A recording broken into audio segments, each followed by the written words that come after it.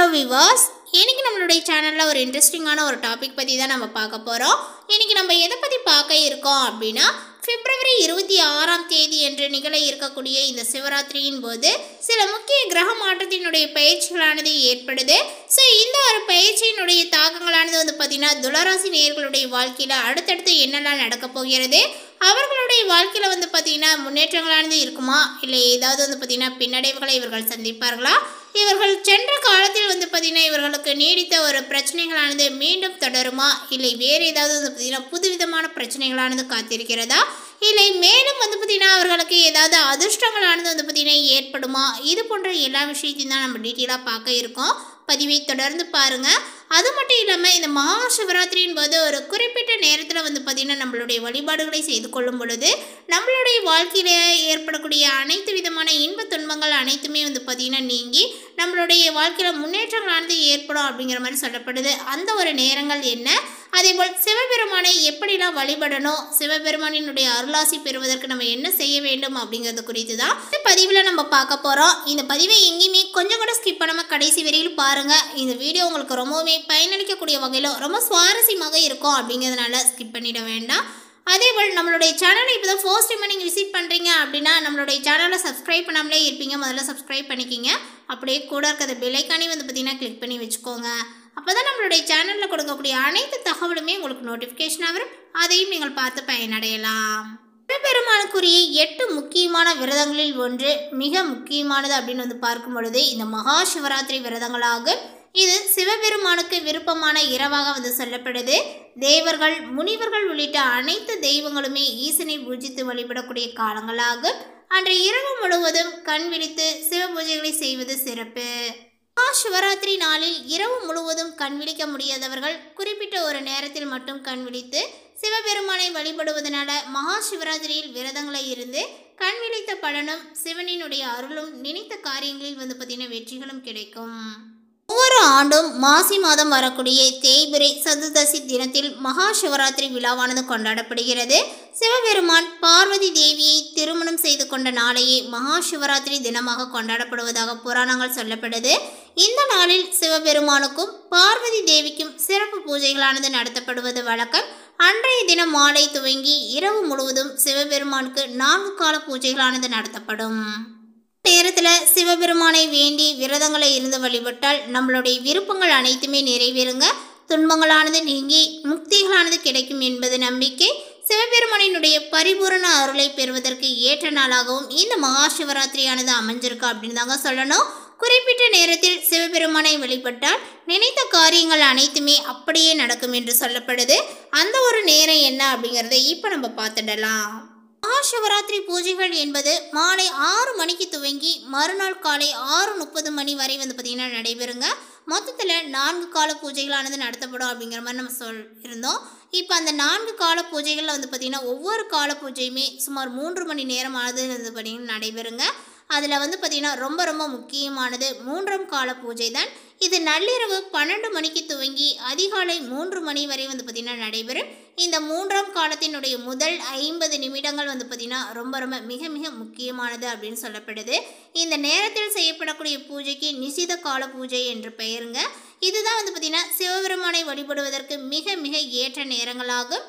இந்த நேரத்தில் பார்த்திங்கன்னா நம்ம வழிபடும் போது பார்வதி தேவியினுடைய அருளையும் சிவபெருமானினுடைய அருளையும் பெற்றுக்கொள்ளலாம். அதேபோல் நம்ம என்ன வேண்டுதலை வைக்கிறோமோ அந்த ஒரு வேண்டுதலை அப்படியே பழிக்குங்க. ஸோ அவர்களுடைய அருளாசியானது நமக்கு எளிமையாகவே கிடைத்திடும். இந்த நேரத்தை தவற விடாமல் துளராசி நேயர்கள் அனைவருமே பார்த்திங்கன்னா பயன்படுத்திக்கோங்க. அதேபோல் உங்களுக்கு இந்த கிரக மாற்றத்தினுடைய பயிற்சிகளானது பார்த்திங்கன்னா ஏற்படுவதனால உங்களுக்கு எப்படிப்பட்ட பலன்களும் கிடைக்கிது அப்படிங்கிறது குறித்து பார்த்துடலாம். துளராசி அன்பர்களே, உங்களுடைய ராசிநாதன் சுக்கிரன் உச்சம் பெற்று சஞ்சரிப்பதனால இதுவரை இருந்த தடைகள் இனி படிப்படியாகவே பார்த்திங்கன்னா அகலுங்க. உத்தியோகம், தொழிலில் நீங்கள் செய்த புது முயற்சிகளில் வெற்றியானது கிடைக்கும். பொது வாழ்வில் இருப்பவர்களுக்கு புதிய பொறுப்புகளானது தேடி வரலாங்க. அஷ்டமத்து குருவினுடைய ஆதிக்கங்கள் இருப்பதனால உடல் ஆரோக்கியத்தில் சிறு சிறு தொல்லைகளானது உருவாகும். இருப்பினுமே உற்சாகத்துடன் பார்த்திங்கன்னா செயல்பட்டு மற்றவர்கள் ஆச்சரியப்படக்கூடிய விதத்தில் முன்னேற்றத்தை நீங்கள் காண்பீர்கள். பிள்ளைகளினுடைய வேலை வாய்ப்புகள் கருதி எடுத்த முயற்சிகள் அனைத்துமே வெற்றி பெறும். இந்த காலகட்டங்கள் முழுவதுமே கும்பராசியில் சூரியன் சனியினுடைய சேர்க்கையானது ஏற்படுகிறது. உங்களுடைய ராசிக்கு லாபாதிபதியானவர் சூரியன் பார்த்தீங்கன்னா அவர் பூர்வ புண்ணியஸ்தானத்தில் சனியோடு சேர்க்கிறார். அதோடு சூரியன் தன்னுடைய வீட்டை தானே பார்க்கிறார். அதனால் பூர்வீக சொத்துக்கள் சம்மந்தப்பட்ட வகையில் ஏற்பட்ட பஞ்சாயத்துக்கள் நல்ல முடிவிற்கு வரும் அப்படின்னு சொல்லலாங்க. சுப காரியங்கள் தொடர்பான எண்ணங்களானது இப்பொழுது ஈடேறும். கலை இலக்கியம் சார்ந்த பணிகளில் ஆர்வங்களும் உங்களுக்கு ஏற்படும். கடந்த காலங்களில் உங்களுடைய கரைந்த சேமிப்புகளை பார்த்தீங்கன்னா இப்பொழுது ஈடுகட்டுவீர்கள். உயர் பொறுப்பில் இருப்பவர்களினுடைய அறிமுகத்தினால உங்களுடைய பிரச்சனைகளை தீர்த்து கொள்வீர்கள். மிதுன ராசியில் சஞ்சரிக்கக்கூடிய செவ்வாய் மாசி 9ஆம் தேதி என்று வக்கர நிவர்த்தி ஆகின்றார். உங்களுடைய ராசிக்கு 2, 7 ஆகிய இடங்களுக்கு அதிபதியானவர் செவ்வாய். அவர் பலம் பெறக்கூடிய இந்த நேரங்கள் அற்புதமான நேரமாக காணப்படுதுங்க. உங்களுடைய குடும்ப முன்னேற்றங்களானது இப்பொழுது ஏற்படும் அப்படின்னு சொல்லலாம். கொடுக்கல் வாங்கலானது பார்த்தீங்கன்னா சீராக இருக்கும். பணம் தொடர்பாக எடுத்த புது முயற்சிகளில் வெற்றியும் ஏற்படுங்க. பணியாளர்களினுடைய ஒத்துழைப்பானது உங்களுக்கு இப்பொழுது திருப்திகரமாகவே காணப்படும். மனதில் உதித்த நம்பிக்கைகள் எல்லாமே நடைபெறக்கூடிய நேரங்கள் இது. உத்தியோகத்தில் மாற்றங்களானது ஏற்படலாம். மேலதிகாரிகள் உங்களுடைய கருத்துக்களுக்கு பார்த்தீங்கன்னா இப்பொழுது செவிசாய்ப்பார்கள். அலுவலகத்தில் உங்களுடைய மதிப்புகளானது உயரும். தனித்தனியாக விலகி பணிபுரிந்த தம்பதியர்களுக்கு இப்பொழுது ஒரே இடத்தில் பணிபுரியக்கூடிய வாய்ப்புகளானது கூடி வரலாம். மாசி 14ஆம் தேதியன்று மீனராசிக்கு செல்லக்கூடிய புதன் அங்கு நீச்சம் பெறுகின்றார். உங்களுடைய ராசிக்கு 9, 12 ஆகிய இடங்களுக்கு அதிபதியானவர் புதன். விரையாதிபதி நீச்சம் பெறக்கூடிய இந்த நேரம் நல்ல நேரம்தான். விரயத்திற்கேற்ற வரவுகள் கொண்டே இருக்கும். வீடு மாற்றம் மற்றும் இடமாற்றங்கள் திருப்தியை கொடுக்குங்க. வியாபாரத்தில் போட்டிகள் இருந்தாலுமே தைரியத்தோடு எதிர்கொள்வீர்கள். வாடகை கட்டிடத்தில் நடைபெறக்கூடிய தொழிலை சொந்த கட்டிடத்திற்கு இப்பொழுது மாற்றுவீர்கள். இந்த காலத்தில் பெருமாள் லக்ஷ்மி வழிபாடு உங்களுக்கு நன்மைகளை ஏற்படுத்தி கொடுக்கும். ஸோ இந்த வழிபாடுகளையும் தவறாமல் செய்துக்கோங்க. அதே போல் பொது வாழ்வில் உள்ளவர்களுக்கு பார்த்தீங்கன்னா இப்பொழுது சமூகத்தில் உயர்ந்த அந்தஸ்தானது பார்த்தீங்கன்னா கிடைக்கும். தொழில் மற்றும் வியாபாரத்தில் உள்ளவர்களுக்கு அபரிமிதமான லாபங்களானது பார்த்தீங்கன்னா கிடைக்குங்க. உத்தியோகத்தில் உள்ளவர்களுக்கு பணி இடமாற்றங்களானது வரலாம். கலைஞர்களுக்கு எண்ணங்களானது ஈடேறும். மாணவ மாணவிகளுக்கு மேற்படிப்புகள் பற்றிய சிந்தனைகளானது பார்த்தீங்கன்னா அதிகரிக்குங்க. பெண்களுக்கு சுப செலவுகளானது ஏற்படும். குடும்பத்தில் அன்பும் பாசமும் பெருகும். மேலுமே உங்களுக்கு திடீர் அதிர்ஷ்ட வாய்ப்புகளானது ஏற்படும். குழந்தைகளால் மகிழ்ச்சிகள் தரக்கூடிய சம்பவங்களானது நிகழுங்க. நண்பர்களும் அனுகூலமாகவே இருப்பார்கள். அவர்களிடம் எதிர்பார்த்த உதவிகளானது உங்களுக்கு கிடைக்கும். வெளி வட்டாரத்தில் செல்வாக்கானது பார்த்தீங்கன்னா அதிகரிக்குங்க. தெய்வ பக்தியானது அதிகரிக்கும். எடுத்த செயலை வெற்றிகரமாகவே பார்த்தீங்கன்னா முடிப்பீர்கள். அதேபோல் பணப்புழக்கங்களானது உங்களுக்கு அதிகரிக்கும்.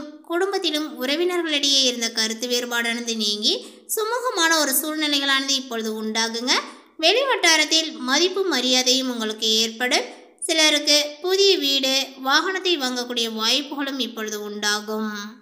இந்த காலகட்டத்தினுடைய பிற்பகுதியில் குடும்ப பெரியவர்களால் நன்மைகளானது பார்த்தீங்கன்னா நடக்குங்க. நண்பர்களும் உங்களுக்கு உதவிகரமாகவே இருப்பார்கள். புதிய ஆடை ஆபரணங்களினுடைய சேர்க்கையானது உண்டாகும். ஆண்களுக்கு பெண்களாலும் பெண்களுக்கு ஆண்களாலும் நன்மைகளானது ஏற்படுங்க. சிலருக்கு புண்ணிய தலங்களுக்கு செல்லக்கூடிய வாய்ப்புகளும் உண்டாகும். தாயாருடன் கருத்து வேறுபாடுகளானது ஏற்படக்கூடும். அவருடைய உடல் ஆரோக்கியங்களானது சிறிய அளவில் பாதிக்கப்பட்டு அது உடனே சரியாகிவிடும். தாய்வழி உறவினர்களிடம் அனுசரணையாக நடந்து கொள்ள வேண்டும். அலுவலகத்தில் அதிக பணிச்சுமைகள் ஏற்படுவதனால மனதில் சோர்வும் உடல் அசதிகளும் பார்த்தீங்கன்னா உண்டாகுங்க. உயர் அதிகாரிகளிடம் அனுசரித்து போவது எதிர்காலத்திற்கு நல்லது. சிலருக்கு திடீர் இடமாற்றங்கள் பணி மாற்றங்களானது ஏற்பட வாய்ப்புகளானது உள்ளது. எதிர்பார்க்கக்கூடிய சலுகைகள் கிடைப்பதில் கொஞ்சம் உங்களுக்கு தடைகளும் தாமதங்களும் உண்டு. தொழில் வியாபாரத்தில் முன்னேற்றமான சூழ்நிலைகளானது இப்பொழுது காணப்படுகிறது. உங்களுடைய உழைப்பிற்கேற்ற ஆதாயங்களானது பார்த்தீங்கன்னா இப்பொழுது கிடைக்குங்க. பங்குதாரர்களுடன் இணக்கமான ஒரு சூழ்நிலையானது காணப்படுகிறது. ஆனாலுமே மறைமுக பிரச்சனைகளை சமாளிக்க வேண்டியதாக இருக்கும்.